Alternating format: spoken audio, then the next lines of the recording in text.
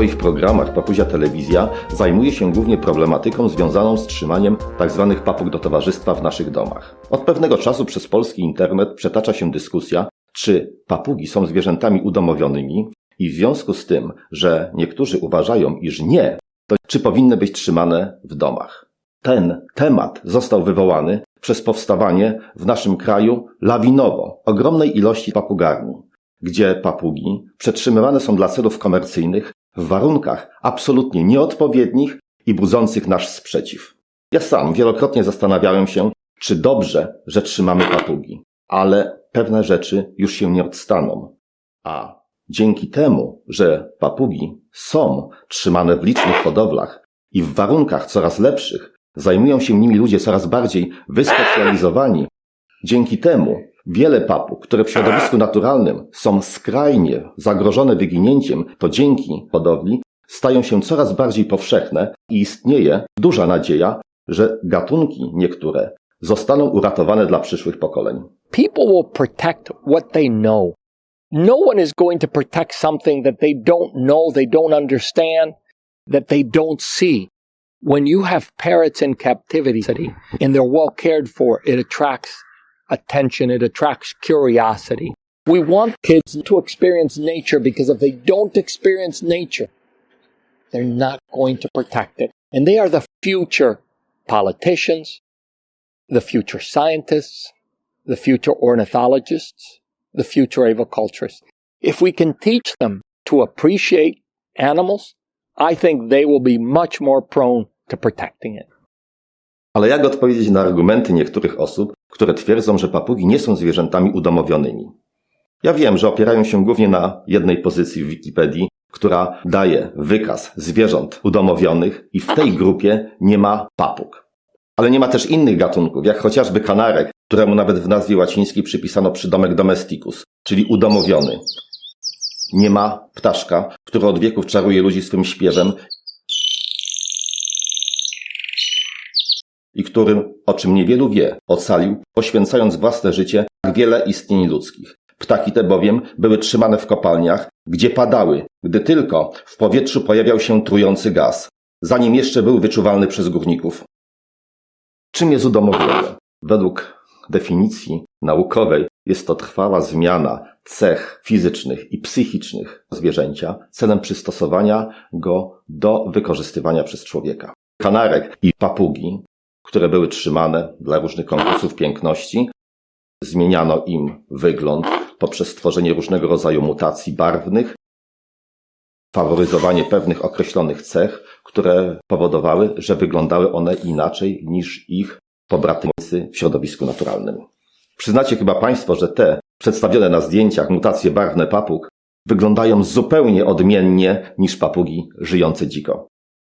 Ale termin udomowienie rozumiany jest też znacznie szerzej. Brytyjska Wikipedia definiuje go jako rodzaj wzajemnych relacji między ludźmi a zwierzętami i wymienia zarówno ptaki śpiewające, jak i papugi jako zwierzęta udomowione. Dodam też, że żadna ze znalezionych przeze mnie definicji udomowienia nie określa czasu koniecznego dla osiągnięcia tego procesu. Kwestionujący udomowienie papug argumentują, że żyjemy z nimi jeszcze zbyt krótko, aby można mówić o ich udomowieniu. Rozumiem, że jest to wynik pewnego rodzaju, powiedziałbym, polskiego kompleksu. Duże papugi pojawiły się u nas dopiero przed około 30 laty. Ale Polska to nie cały świat. Częstym argumentem używanym w dyskusji na temat udomowienia papug jest podawanie przykładu psów, których udomowienie rozpoczęto 15 tysięcy lat temu. Kiedy jednak efekt udomowienia został osiągnięty, tego naprawdę nikt nie wie. Wiemy tylko, że przez tysiące lat były one wykorzystywane dla potrzeb człowieka. Niektóre zwierzęta zostały wymienione w Wikipedii jako udomowione przed około 1000 lat. Tymczasem papugi były przetrzymywane przez ludzi i wykorzystywane dla własnych potrzeb już przed naszą erą, a więc ponad 2000 lat temu. A istnieją dowody, że już około 800 roku, a więc około 1200 lat temu, ludzie rozmnażali papugi. Parrot keeping dates back thousands of years. There's now lots of evidence that in southern U.S., the Indians were actually breeding parrots, and they kept them for feathers and they kept them for pets. There are frescoes at Pompeii that show Alexandrine parakeets were kept as pets. Parrots have been part of humanity since the early days. Tymczasem w Związku Radzieckim w 1959 roku rozpoczęto badania nad udomowieniem różnych odmian barwnych lisa rudego. W ciągu niespełna 50 lat prostą metodą selekcji udało się uzyskać trwale cechy, które powodowały, że stawały się one wspaniałymi zwierzakami do towarzystwa i mogły być trzymane w domach. A więc zaledwie w ciągu 50 lat. Ай, браво! Молодец! Wszyscy wiemy, jak ogromne spustoszenie w ekosystemie Australii uczyniły zdziczałe psy. One w ciągu praktycznie jednego pokolenia przebywania poza kuratelą ludzką stały się zwierzętami agresywnymi, niebezpiecznymi, dzikimi, których ludzie w tej chwili bardzo się obawiają i które czynią ogromne szkody w środowisku naturalnym i w rolnictwie, atakując zwierzęta domowe i stając się nawet niebezpieczne dla ludzi. Co jest więc warte takie udomowienie, skoro doskonałe rezultaty można uzyskać już po 50 latach, a równocześnie 15 000 lat udomawiania na nic się zda w ciągu jednego pokolenia, jak mamy to w przypadku australijskich zdziczałych psów. Nie mamy żadnych dowodów, że hodowcy papug przy doborze osobników do dalszej hodowli kierowali się ich cechami psychicznymi.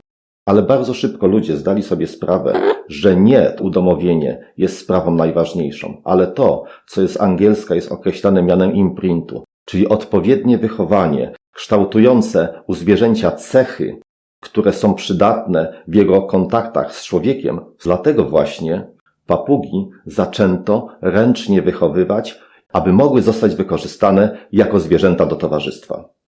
Nie jest wykluczone, że początki ręcznego wykarmiania papug liczą sobie już kilka tysięcy lat.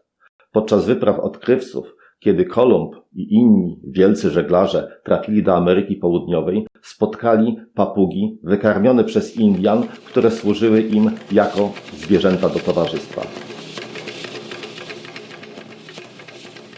Popatrzcie Państwo na te słonie.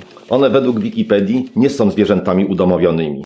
Nie są także zwierzętami hodowlanymi, ale od tysięcy lat wykorzystywane są w Azji dla celów militarnych, jako zwierzęta pociągowe do wielu różnorodnych prac, a także dla celów religijnych i kultowych.